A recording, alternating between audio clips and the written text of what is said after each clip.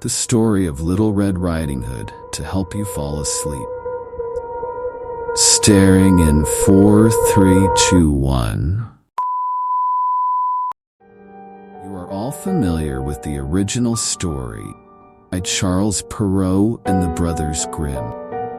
The story of a sweet little girl on her way to visit her grandmother, deceived by a wolf, getting into a dangerous situation, and being saved by a brave woodsman.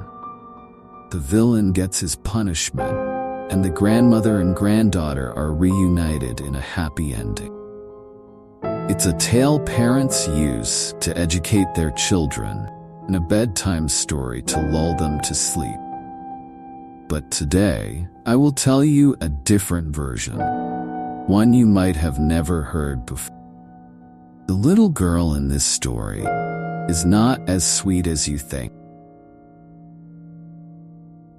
Once upon a time, in a village next to a dark and ominous forest, there lived a little girl known to everyone as Little Red Riding Hood. Her bright red cloak made her stand out, but what truly set her apart was a secret hidden behind her innocent face. Dark and sinister soul. She lived with her mother, but the villagers hadn't seen her mother in a long time. They only saw Little Red often going out with a basket. The villagers assumed her mother was ill and believed this sweet little girl was dutifully taking care of her. The village was quiet, with the setting sun casting long shadows over the cobblestone streets. Little Red Riding Hood skipped along, her basket swinging in her hand. Her bright red cloak fluttered behind her, a stark contrast to the darkening sky. There was something unsettling about her cheerful demeanor amid the encroaching gloom. Today, Little Red Riding Hood decided to visit her grandmother. But this visit was not just to bring food and medicine. Inside her heart, she was plotting something with a sinister smile. She hummed a tune that seemed sweet, carried an eerie undertone that sent chills down the spine of anyone who heard it.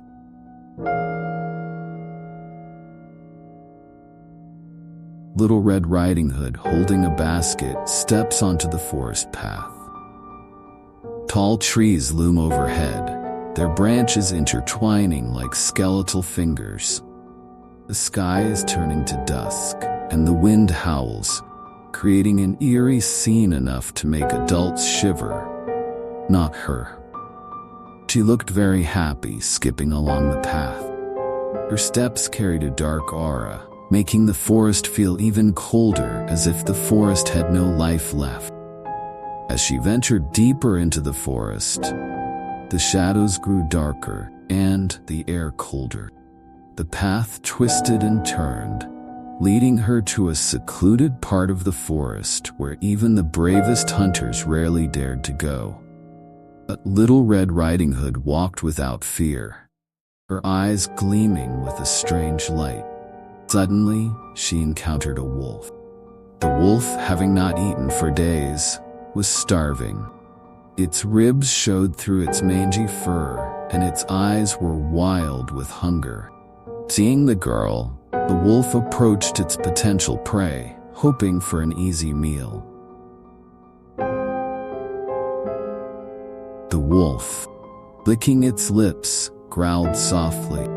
"Good evening, little girl. Where are you headed all alone in this dark forest?" Little Red smiled sweetly, her eyes twinkling with mischief. "I'm going to visit my sick grandmother who lives in a cottage on the other side of the forest." The wolf, thinking quickly, saw an opportunity. "Let me accompany you to protect you on the way." Thinking it would have 2 full meals when they arrived. That's what the wolf thought. The two walked together, the wolf staying close, its stomach growling with anticipation.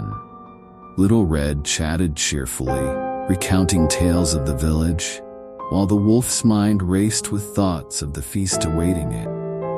As they walked, forest seemed to grow darker, the trees whispering secrets of old, dark tales. As they neared the grandmother's house, the wolf's anticipation grew. You stay here, wait me a moment. I'll tell my grandmother I invited a friend over. Then I'll invite you in, all right? Little Red said, her smile hiding her true intention. The wolf, too hungry to think twice, agreed and waited outside, licking its chop. Upon reaching her grandmother's house, Little Red knocked on the door, faced the picture of innocence. Her grandmother, frail and kind, opened the door, her eyes lighting up at the sight of her beloved granddaughter. Oh, Little Red, my dear, I'm so glad to see you. Her grandmother exclaimed, her voice very happy. Come in, come in. I was just about to prepare some cookies and milk for you, your favorite treat.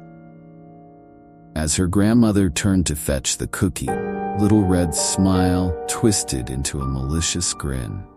From her basket, she pulled out a knife, its blade gleaming wickedly in the dim light. With swift, brutal precision, she took action at her beloved grandmother. Her hand moved up and down continuously, using increasingly stronger force.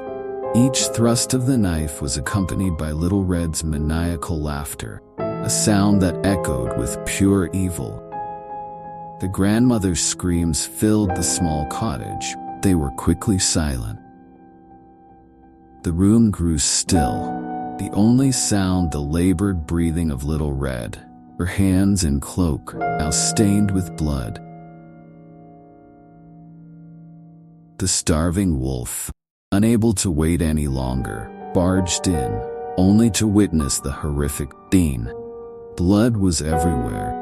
The sight of the little girl standing over her grandmother's lifeless body with a bloodied knife in her hand was too much for the beast to comprehend. The wolf froze, hunger momentarily forgotten, placed by a primal fear. In its moment of shock, did not escape. Little Red turned to face the wolf, her eyes blazing with a dark, malevolent light. I told you to wait outside until I invited you in, you such a naughty boy. She hissed, advancing on the terrified creature. Wolf, now realizing the true horror before it, tried to flee, but it was too late. Little Red was upon it, her knife flashing in the dim light. Forest echoed with the wolf's final agonized howls, a sound that sent the forest creatures into hiding and made the trees shiver. Today, Little Girl did not hunting for fun, but with a purpose. The result of her hunt exceeded expectation. After finishing off the grandmother and the wolf, she gently extracted their hearts and a bit of meat, put them in her basket, and headed home with a satisfied expression on her face. Forest grew eerily quiet, shadows deepening as night fully descended. Little Red, her cloak now a deeper shade of red, left the cottage, basket empty, her heart filled, dark satisfaction. She skipped back down the path, humming her eerie tune, forest seeming to part before her, close in ominously behind. After returning home, she used of her hard work from that day to cook a delicious and nutritious pot of porridge. It turned out her mother was still alive and bedridden due to illness. The dutiful little girl took great care of her mother, feeding her the porridge she had just cooked, hoping that her mother would recover quickly. The porridge seemed to be very tasty. Her mother quickly finished the bowl and praised the girl for being very diligent. Though at the very least, The girl was still a very dutiful daughter to her mother. And so, the legend of Little Red Riding Hood became a cautionary tale whispered among the villagers. They spoke of the little girl with the bright red cloak, a child who harbored a darkness so profound it could consume even the most fearsome of beasts. Villagers, now more cautious than ever, reminded each other that evil can hide behind the most innocent of faces.